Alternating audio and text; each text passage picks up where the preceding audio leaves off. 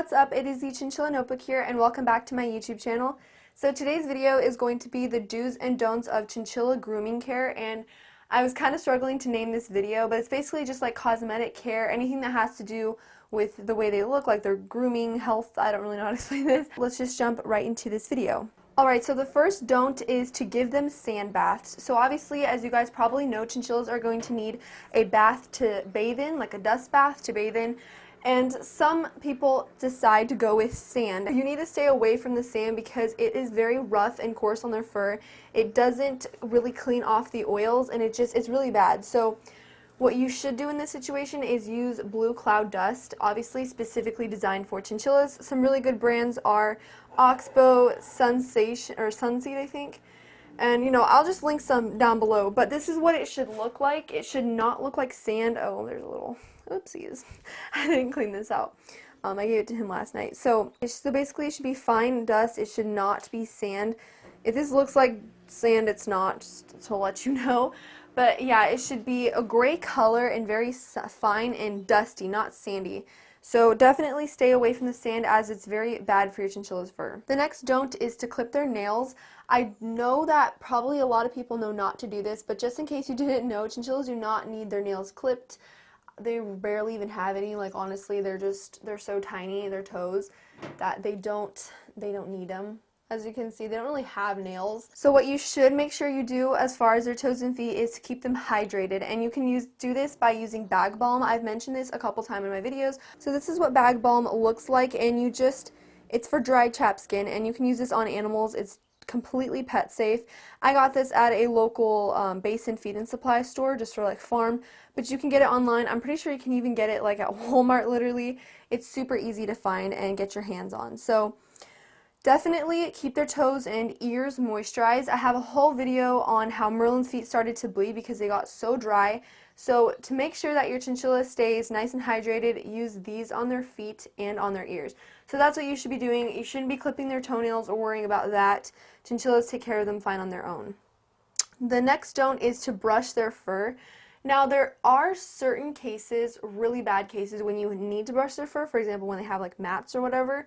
But on a regular basis, do not brush their fur because they take care of it on their own. They take dust baths, and that helps to like loosen their fur up, the fur that needs to be loosened and shed.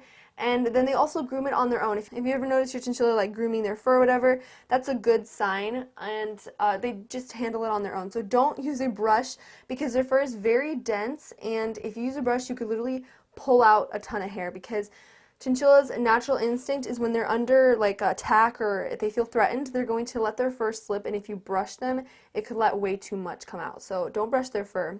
To take care of their fur is to make sure you give them plenty of dust baths regularly.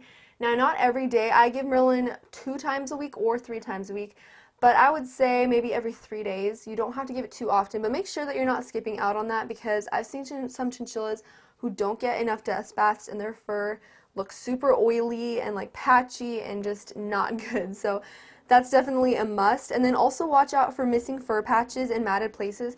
So if your chinchilla is missing fur, there's several reasons why they could be missing their fur. And if it's a lot of fur and it doesn't grow back, then you should probably take your chinchilla to the vet. I'm not going to give you professional advice because I don't want to say anything about that topic because I'm not really educated as much as a vet, obviously. So if you notice that, take your chinchilla to the vet. And if they have like matted fur, sometimes if the water bottle drips on your chinchilla's fur, or I don't know what else could it be, gets on their fur, then it could get matted, and you just want to make sure that you're either helping your chinchilla just take it out by giving them dust baths, or like I said, use a brush, gently try to take out a little piece of matted fur. Don't go crazy with it because like I said, it's very bad if you pull out a lot of hair. And he just got spooked. He's so weird. So the last don't is to don't allow them to get excessively wet. Now, what do I mean by excessively is to get really wet. A lot of people stress out when their chinchilla just gets a little bit of water, maybe like from their water bottle or something on them. That's not a big deal. It shouldn't be something that you're super stressed out about. Why are you hiding back there, Merlin? Why are you hiding, huh? I don't have a treat. But, oh, he's so cute, oh my word. Make sure that they don't get a ton of water on them, and if they do, then let them dry in a warm place in their cage, or if it's a lot of water, use a hairdryer on the cool setting. Now, I say this Do not use a hair blow dryer, even on the cool setting, unless you really, really need it and there's a lot of water on your chinchilla. If you're really, really stressed out, you could take them to the vet, but it's not necessary. You could just try to help them dry out on their own.